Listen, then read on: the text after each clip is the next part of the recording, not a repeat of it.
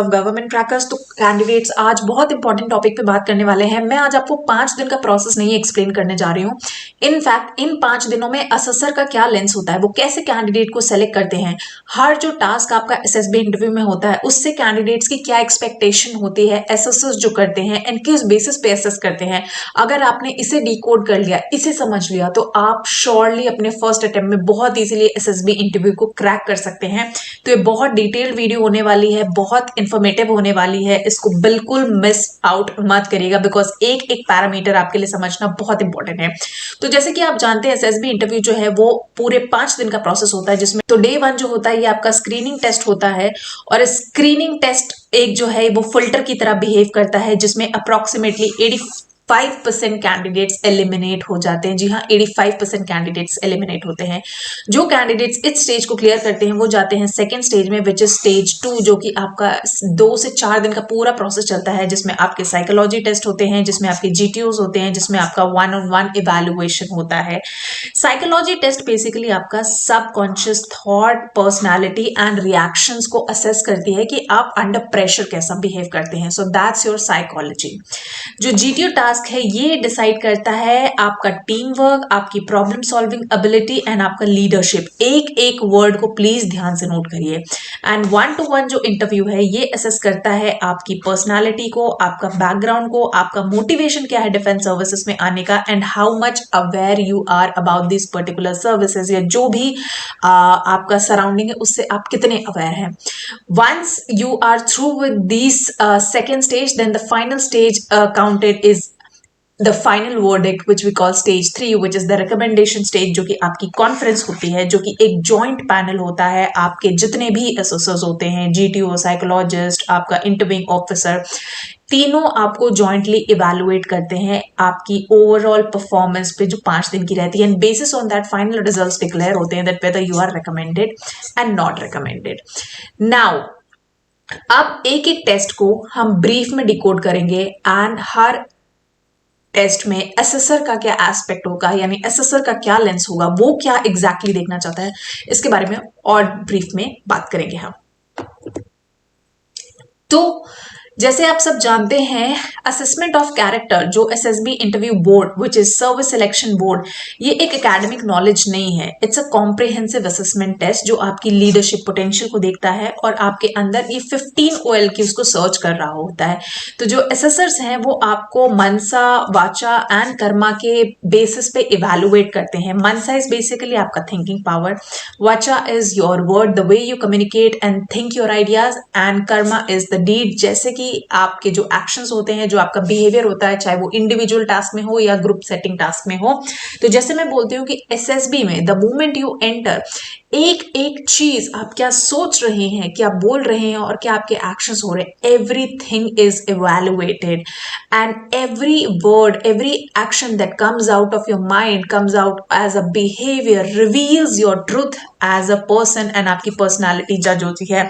So this is what SSB is design to observe and that is why SSB is like a black box, जिसे आज तक कोई भी decode नहीं कर पाया। Reason being that every individual is unique and her individual की personality unique होती है। तो हर इंडिविजुअल के लिए इंडिविजुअली क्या प्रॉब्लम आई है, nobody can take feedback on the basis of one candidate. दूसरा कैंडिडेट उसके बेसिस पे प्रिपरेशन नहीं कर सकता, बिकॉज हर कैंडिडेट की अपनी वीकनेस एंड अपनी स्ट्रेंथ होती है, एक अपना बैकग्राउंड होता है। इसीलिए मैं कहती हूँ कि आप लोग अपनी इंडिविजुअलिटी पे फोकस करिए। कॉमनली पढ़ने से, कॉमन प्रोसेसेस को फॉलो करने से you will never get recommended, let me tell you this very clearly. तो जो फर्स्ट गेटवे है आपका विच इज स्टेज 1 स्क्रीनिंग, जिसमें मैंने बोला कि 85% कैंडिडेट्स इवैल्यूएट हो जाते हैं, यानी एलिमिनेट हो जाते हैं। इसमें आपके टेस्ट तो आप जानते हैं, आपके OIR टेस्ट होते हैं, PPDT and GD test followed by narration होता है। जो असेसर का लेंस होता है, यानी असेसर जो इसमें लिखता है वो आपका देखता है positive and logical perception, for every situation. एक हीरो क्या काम करता है उस पर्टिकुलर सिचुएशन में, आपकी रीजनिंग एबिलिटी देखता है through OLQs and the way you communicate, and आपकी सोशल अडेप्टेबिलिटी देखता है जब आप एक GD में होते हैं, जब आप ग्रुप डिस्कशन कर रहे होते हैं, एंड फाइनली आपकी कम्युनिकेशन स्किल्स कि क्या आप क्लियरली अपने थॉट्स कन्वे कर पाते हैं या नहीं कर पाते हैं। And that is why this exercise is there that after listening to 10 to 12 students, are you still able to make your point और नॉट, जब आपका नरेशन आता है। इसीलिए बहुत सारे कैंडिडेट्स ब्लैंक हो जाते हैं स्टोरी सुनने के बाद। जब वो 10 या 12 कैंडिडेट्स के बाद अपनी स्टोरी नरेट करते हैं, most of them go blank. ये प्रॉब्लम आती है बहुत सारे कैंडिडेट्स में, and this is the real thing that आप सबने, मैक्सिमम कैंडिडेट्स ने फेस किया होगा।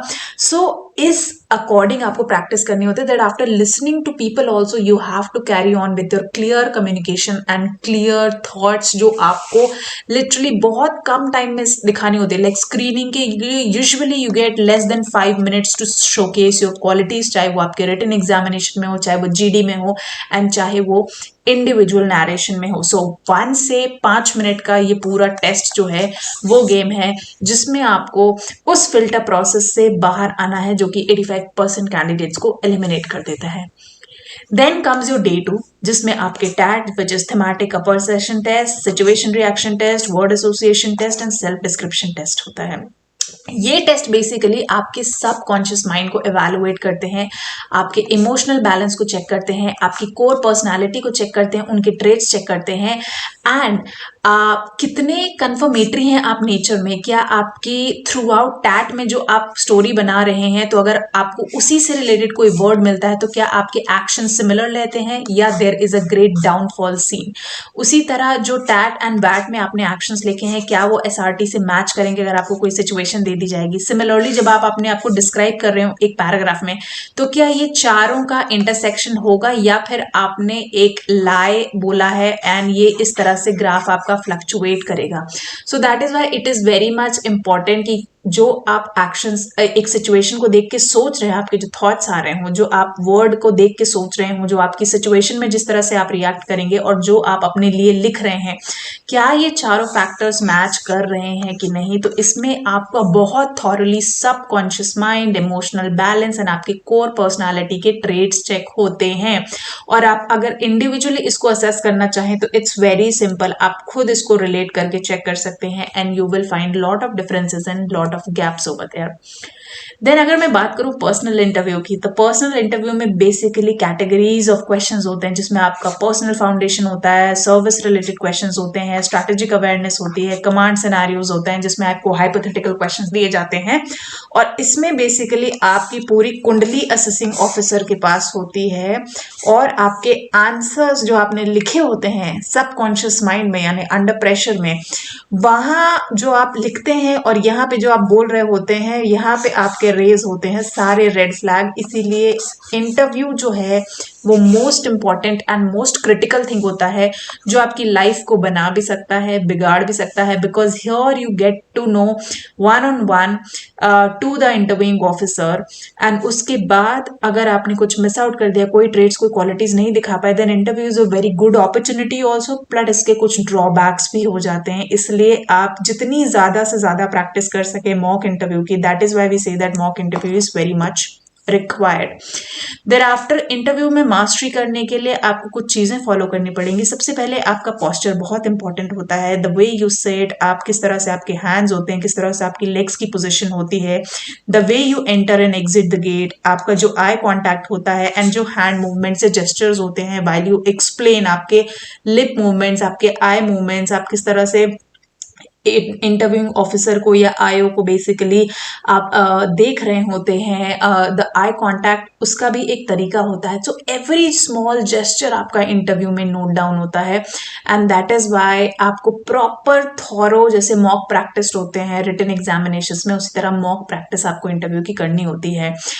उसी तरह इंटरव्यू में जब आपके रैपिड फायर क्वेश्चंस आते हैं and the rapid fire questions are like very very very difficult, तो उसमें आपको काम रहना होता है, आपको अपने एक्सप्रेशंस को क्रिएट नहीं करना पड़ता that you are feeling pressure.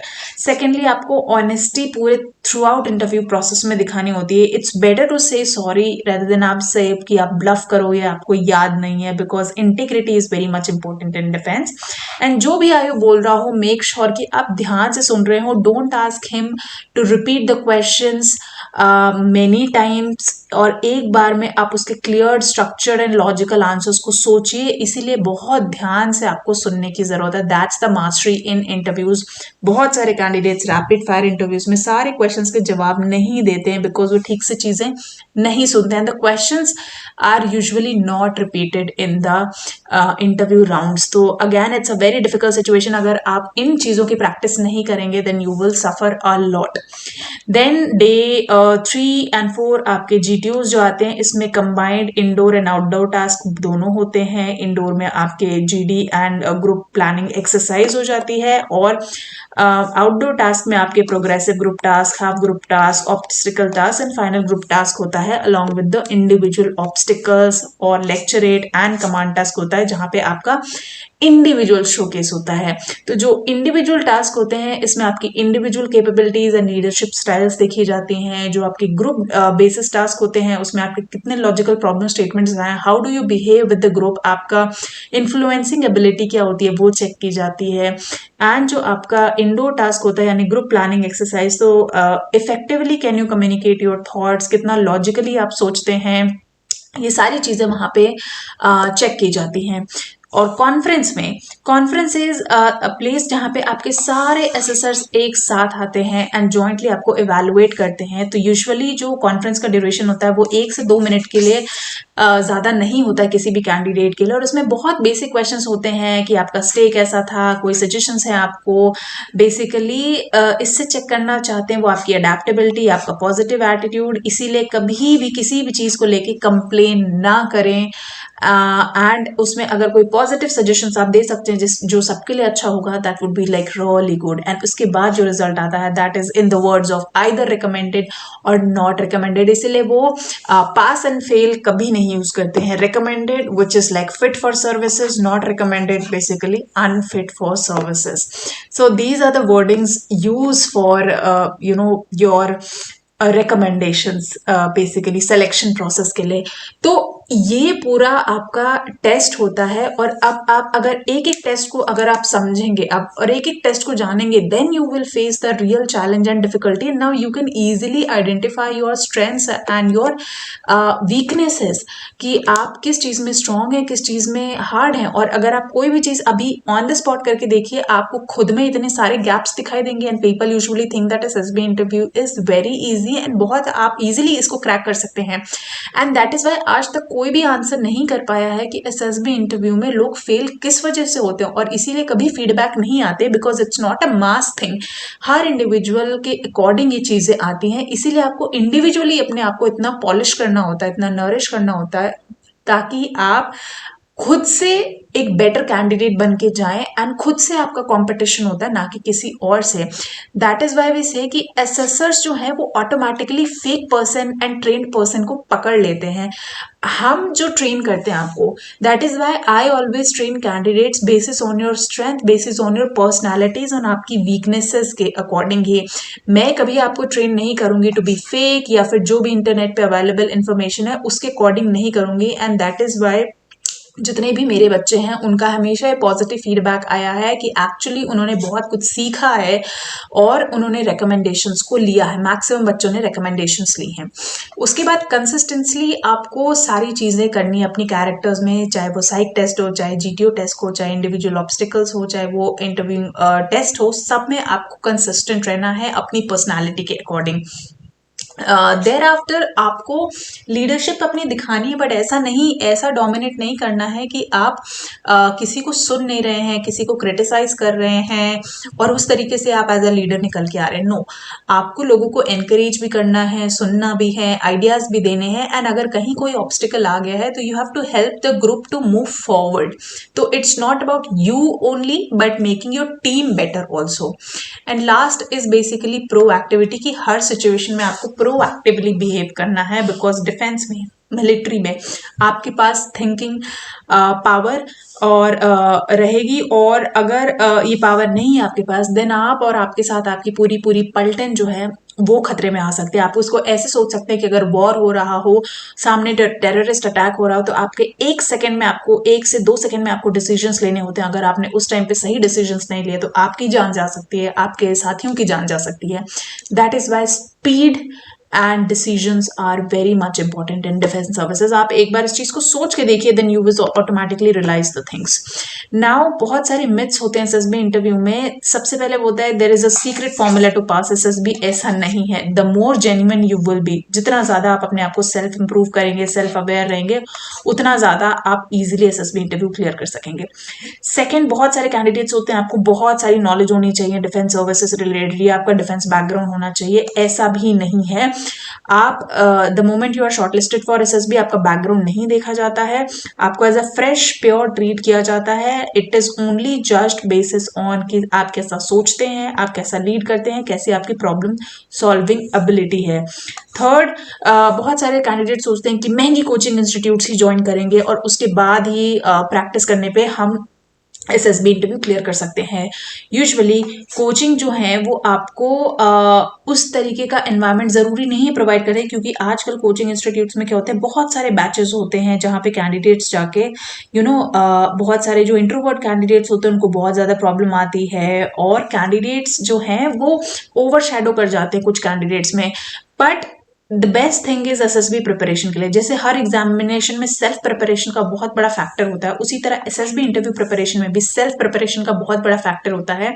And the best thing is कि आपके पास एक टीचर होना चाहिए जो आपको 1-to-1 सॉल्व करा रहा हो, और आप उसको पूरी अपनी स्ट्रेंथ्स एंड वीकनेसेस दिखाएं एंड अपने आप को इम्प्रूव करें। तो ज्यादा से ज्यादा टाइम आप जितनी जल्दी, अगर आपको पता है आपको एसएसबी इंटरव्यू देना है, तो मैक्सिमम टाइम डिवोट करें अपनी एसएसबी इंटरव्यू प्रिपरेशन के लिए, क्योंकि जितना रिटन एग्जामिनेशन में आप एफर्ट्स डालते हैं 6 मंथ्स, 3 मंथ्स, 2 मंथ्स, उतना ही इंपॉर्टेंट है एसएसबी इंटरव्यू में भी कि आप उतना टाइम दें and as an effective personality आप बाहर निकल के आए। तो मेरा जो आपका ट्रेनिंग करने का तरीका है, जो कैंडिडेट्स को मैं जो ट्रेन करती हूँ अपने कोर्सेज में, the only reason why the candidates appreciate this courses are क्योंकि मैं इंडिविजुअल पर्सनालिटी के अकॉर्डिंग असेस करती हूँ, 1-to-1 हर कैंडिडेट के साथ प्रिपरेशन कराती हूँ, एंड आपकी स्ट्रेंथ्स एंड आपकी वीकनेसेस, यानी आपकी इंडिविजुअल टी को फोकस करके, इंडिविजुअलिटी को फोकस करके आपको एसएसबी इंटरव्यू की प्रिपरेशन कराती हूँ।